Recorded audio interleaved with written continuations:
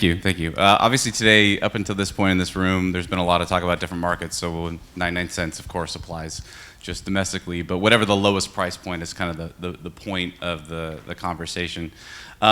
It's not meant to be prescriptive. I'm not saying you shouldn't ship a 99-cent title, but I'm going to walk you through some of the things that we saw, some of the data that we used, and some of the results that kind of came to the conclusion that 99 cents is a tough road with regards to making money on mobile. Real quickly, as you mentioned, I'm head of the studio for WildTangent, which is a mobile studio out of downtown Seattle, but I'm also head of product development for WildTangent as a whole, and so we have other aspects of the company which include distribution of Android games on our Android game service. We work with partners like AT&T domestically and others internationally.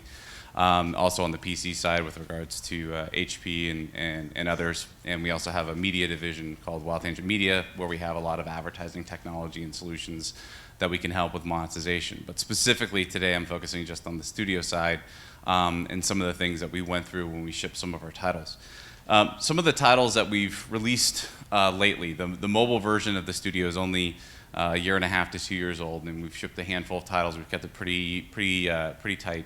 But the first title to highlight is based on some existing IP that we've had for a long time, which is Polar Bowler. We kind of reimagined it for mobile and built this really cool game with lots of different levels and puzzles and costumes that you can put on the character.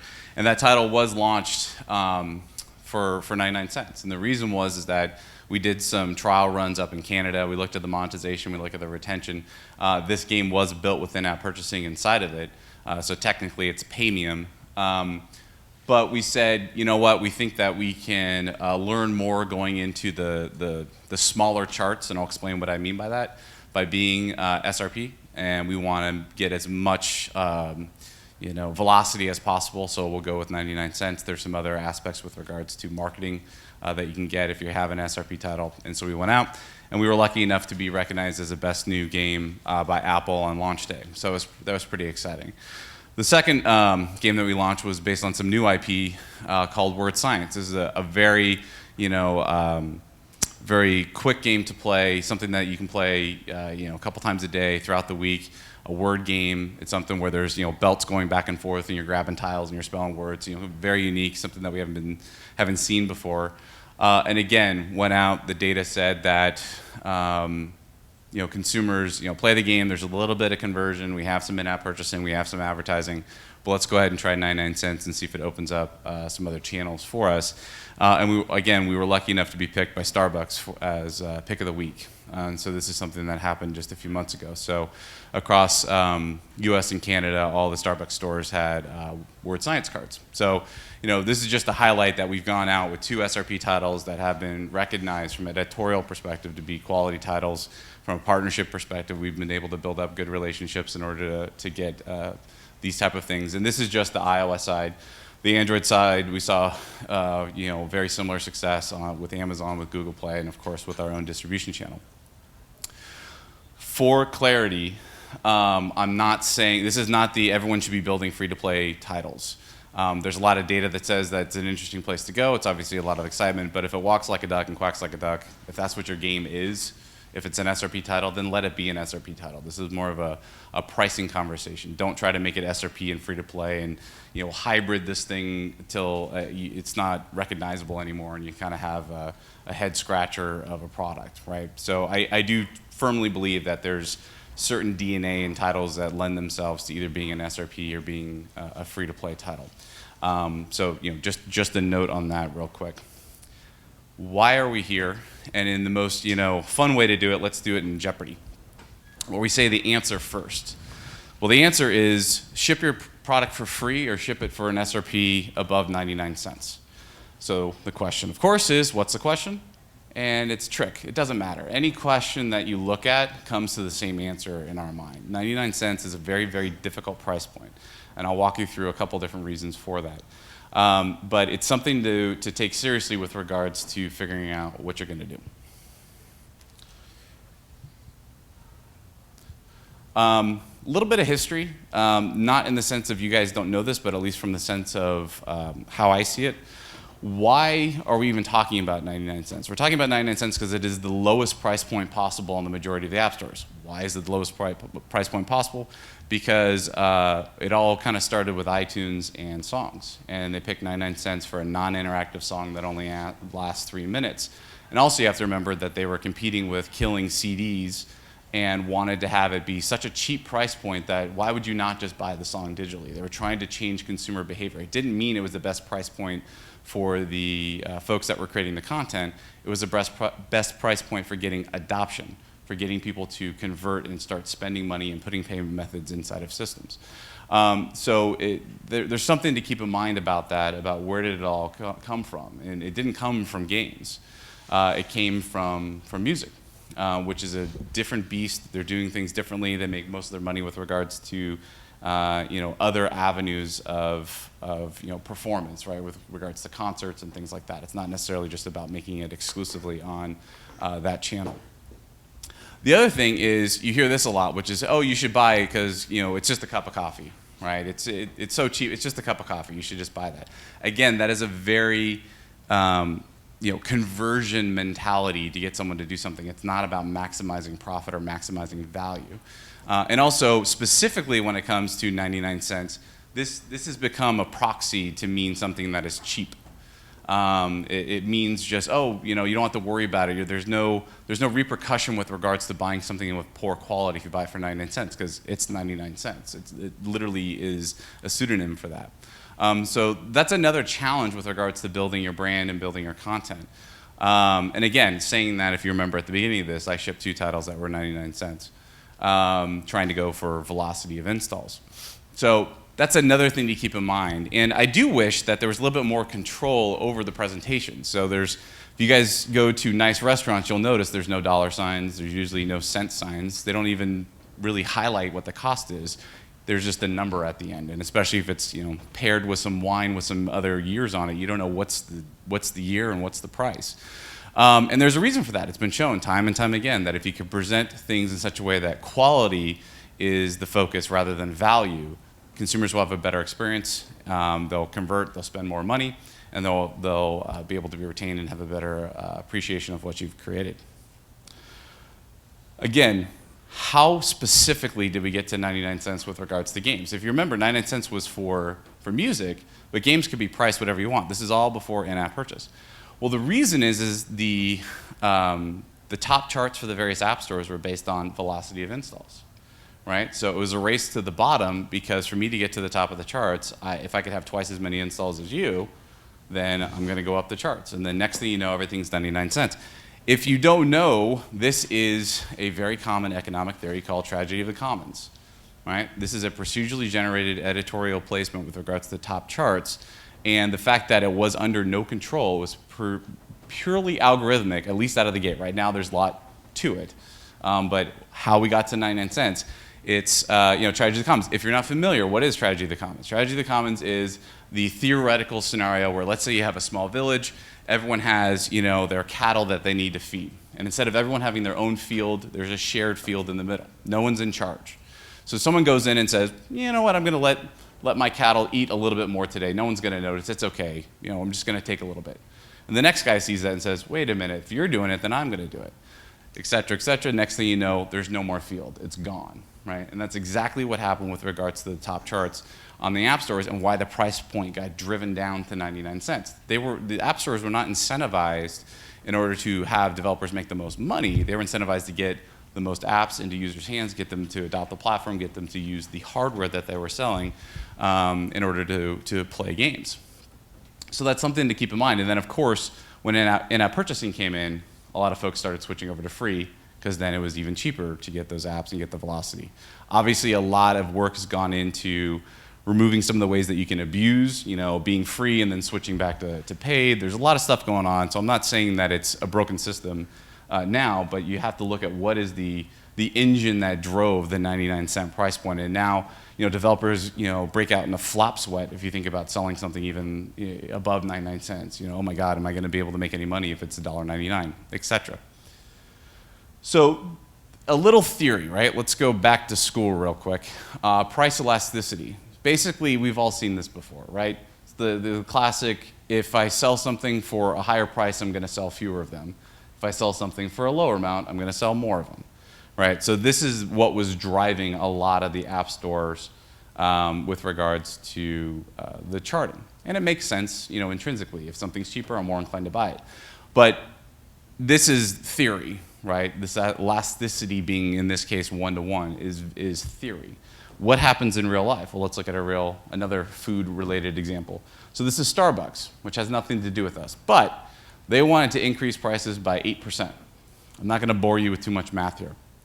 But they said, you know what, recession's over, let's start making some more money, let's increase price. Of course, everyone says you're going to sell fewer cups of coffee, fewer premium drinks, those fancy macchiatos and everything else that people like that take a long time to order. And based on the math of what their gross margins were, they could suffer a negative 17% decrease in sales and still make more money. That's if things were elastic. And it turns out, you don't have to read all this, but the key point is premium drinks move to the inelastic part of the demand curve. That's fancy speak for saying consumers didn't care. They were just going to buy it anyway. They were going to buy that drink to some extent any way you slice it, right? So why am I talking about this with regards to 99 cents and the app stores? Well, here's something that's very interesting. This is our install estimates per rank for a particular category on iOS. I won't go into the specifics of how we got it, but if you look at that curve, you see a very high difference. So the point, let's see, I think I have a laser, right? So the point is, this is rank 1, this is rank 2, etc. This is rank 20. And you notice, and also it bears pointing out that the different colors are days of the week. So what you'll notice is that there's a big delta on this day, for this rank, right? It's very spread out, high beta, as they say in math. But you'll note that everything starts to converge. What that tells me is that the demand may actually be fixed.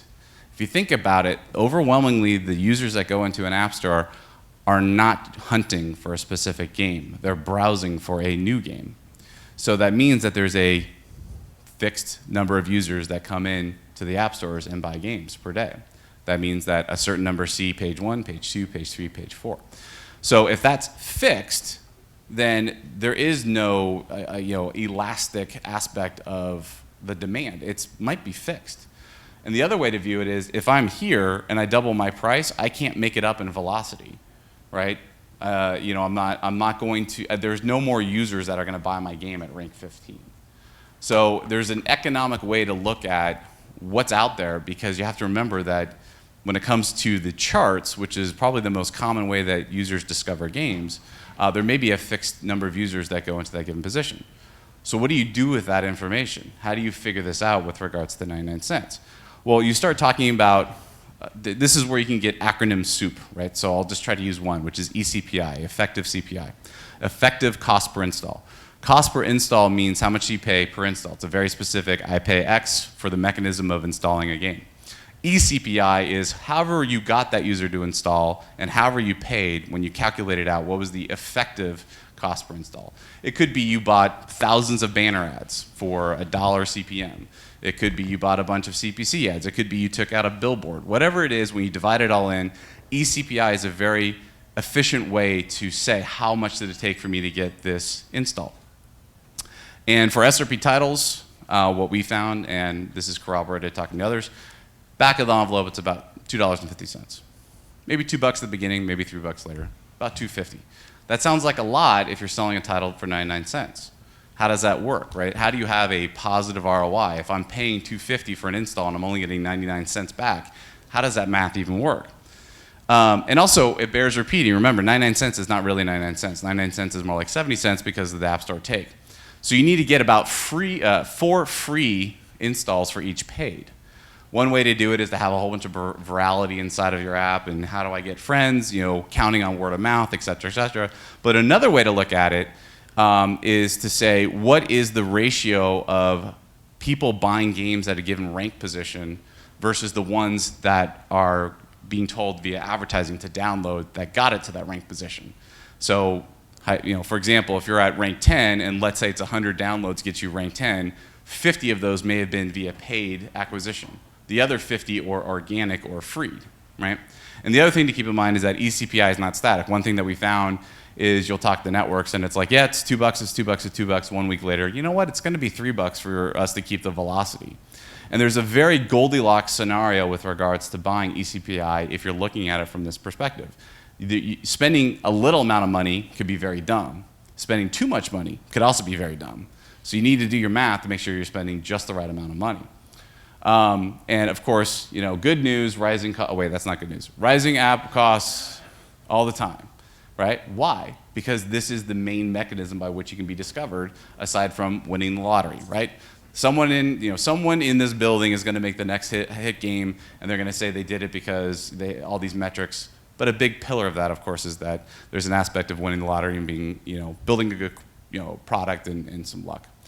So this download to paid ratio, well, what we found, it's about 2 to 1 with regards to the paid charts. So if it's 2 to 1, 2 times 99 cents times 70 cents is less than 250. So that doesn't work with regards to trying to find a way, does not compute, right? The math doesn't work. The more you spend, the more you lose, right? Because there is no magic part inside of the ranks that the ratio flips over to be positive. So you can say the more I spend, the more I'm going to make. It's the more I spend, the less I'm going to make. The other good news is there's limited channels, right? So if you go out and talk to advertisers with regards to buying installs, just to kind of call it what it is, a lot of them will say, come back when your game is free. They don't want to deal with SRP titles. You have limited channels, right? Your kind is not served here, the quote, the picture. And the reason is that they make money off of users clicking and installing. And the conversion of someone seeing an ad and buying a game is obviously much lower than clicking and installing a game, right? And they pay out their partners in a lot of different ways. So there's some other math going on where they're not interested in buying. So even if you wanted to spend more money, you may find that there are limited channels out there. The other fun one is if you go with 99 cents, specifically if you go with 99 cents, how do you have a sale? Right? It's the only price point you have. Going up in price is usually frowned upon. And there are some folks out there that make a lot of money, move a lot of units when they have a sale. So having an opportunity to discount as a marketing event is another benefit of not being at the floor, which is 99 cents. You couldn't sell it for less if you wanted to. Now here's the fun one. Let's talk about audience size. So this is the chart of estimates of free versus paid. Yes, the paid is on there. You just can't see it. It's on the bottom. It's the little green line. That's what I just showed you before, right? This is how different the number of users that are getting free games versus paid games. 250,000 through 50,000. That means we're talking about scale here, right? And there's a big 2 orders of magnitude scale, right? You want to be on the guy on the right. I mean, being a T-Rex is cool, but you want to be, the Jaeger. So that's something to keep in mind about how you're going to get audience. Because again, if you go back to getting those free installs, you need a lot of users to invite their friends and tell their friends in order to get you those free installs. If you're on the smaller scale, it's not going to work. You're not going to get a bunch of users. The other thing to look at is if it's truly 100x, right? It's 100 times, right? 2 orders of magnitude. It's 100 times difference between a 99 cent SRP user base and a free-to-play user base. You only need 1% conversion rate to be indifferent. And yes, that is the emoji for indifference made out of dollar bills. I was very happy when I found that. So just think about it. I only need 1 out of 100 people to convert. I'm not saying that's the simplest thing on the planet, but that seems like an achievable thing with regards to being 99 cents. The other thing is something that we have experience with, advertising, which is in order to make money off advertising, you have to have an audience that advertisers can talk to. You have to have scale. Right? It's called reach and share voice and all these other aspects. If you are a small game, they're not interested. It's just not worth their time. It's like advertising on a TV show that no one watches, right? There's a reason why you always hear about how much money was spent on Super Bowl, because everyone's watching Super Bowl. So that's something to keep in mind about having another dimension of monetization with regards to advertising. You can put advertising in SRP titles. We have done it. We do it. It can be very successful with regards to the transaction. It's just that it's not going to be your prototypical banner ad. It's going to be more of a value exchange thing, an invitational thing. It's going to be something that is a little bit more premium. That absolutely can work, and we encourage you, to look at that and also, talk to us if you're interested. But some other interesting things are, if you look at the top games, specifically the top 30 grossing games, 93% have in-app purchase, right? So we should all be thinking about, is there something that makes sense from an in-app purchase perspective? But here's the other thing. Half of them have in-app purchase, of which the lowest price point is $1.99. So even when they give away the game for free, their lowest price point is not 99 cents. And if you go back to, if you can get a 1% conversion rate, you're better off with having a lower price point of $1.99. That doesn't mean that you can just slap it on there and somehow magically it's going to work. It's just the math is kind of telling you to look at that. If you look at the paid games, and especially the guys that are selling it for 99 cents, a lot of them are recognizable brands. They have built-in recognition. They already have users that know what's going on. It's tough to do that. And I say that having a title that's been around for a long time with a lot of user recognition, specifically with Polar Bowler. So something to keep in mind. And Paymium, so just a real quick thought about Paymium. So Paymium is SRP plus in-app purchase, right? And one way to think of it is SRP could be solely flipped back into customer acquisition, and in-app purchase is where you make your profit, right? So that's another way to think of it. It's like, okay, whatever money I come in from SRP, I'm going to fold back into user acquisition. I'm going to figure it out with in-app purchase. That's where my profit is, just like the underwear gnomes. But the problem is that sometimes people buy games and they don't play them, right? And so one report came out with regards to Steam. Over a third of people that buy games never play them. So if you're counting on them sticking around and spending money in the game, that may not make sense if it's an SRP title. You got to solve the retention problem anyway, so why don't you just go out for free and have large scale. Real quick, cheat sheet, right? 2-to-1 total installs to paid. That's what we saw. $2 plus eCPI. Very limited channels, and 100-to-1 free chart to paid chart. And in conclusion, 99-cent SRP is very, very hard to make work. You will see successful titles. I'm not saying you will not be successful at 99 cents. I'm just saying that if you look at the data, it's very, very difficult. So the recommendation is to consider premium pricing or free. Premium pricing would be basically telling the user, I think my product's worth it. There's something here. I'm conveying value. I retained dropping the price with regards to a marketing lever, and go from there. Thank you very much. Thank you, Matt. We have time for some questions if there are any questions from the audience. Or jokes. If you have a good joke, I'm always in for a good joke. Hey, that's a question. So I know you said it's 100-to-1 free to paid. That means in terms of downloads. Mm-hmm. So I'm curious, what did you find in terms of like cracking like the top 50 on the paid versus free? Which did you find easier using whatever acquisition methods you were using? To be fair, it was much easier to get into the top of paid. And that's another reason why we picked paid, is that we said this is a ecosystem that we feel comfortable learning in and not spending a lot of money on. And sure enough, both those titles got to be top titles in their categories. And some of that was having a good product and having editor support, and part of it was understanding what's going on under the hood and buying the right amount. So yeah, it was way easier for paid. Any other questions? I actually have one more question. On your portfolio right now, what's the split between free-to-play and paid games? Definitely going forward, it's more free-to-play. Yeah. We have one title that we're still considering an SRP component with regards to premium pricing. And then the two titles that you see here, since they're designed with in-app purchase, they will switch to be free and have, we call it kind of a second epoch launch, which is we can then relaunch them as free titles since we've done everything that we could with regards to them being SRP. Cool. And what are the reasons for that title to stay paid? It's existing IP, and it may or may not be just on mobile. So we're figuring it out. Cool, makes sense. Yeah, don't hold me to that though. So, perfect. Thank you so much, Matt. Great. Thank you.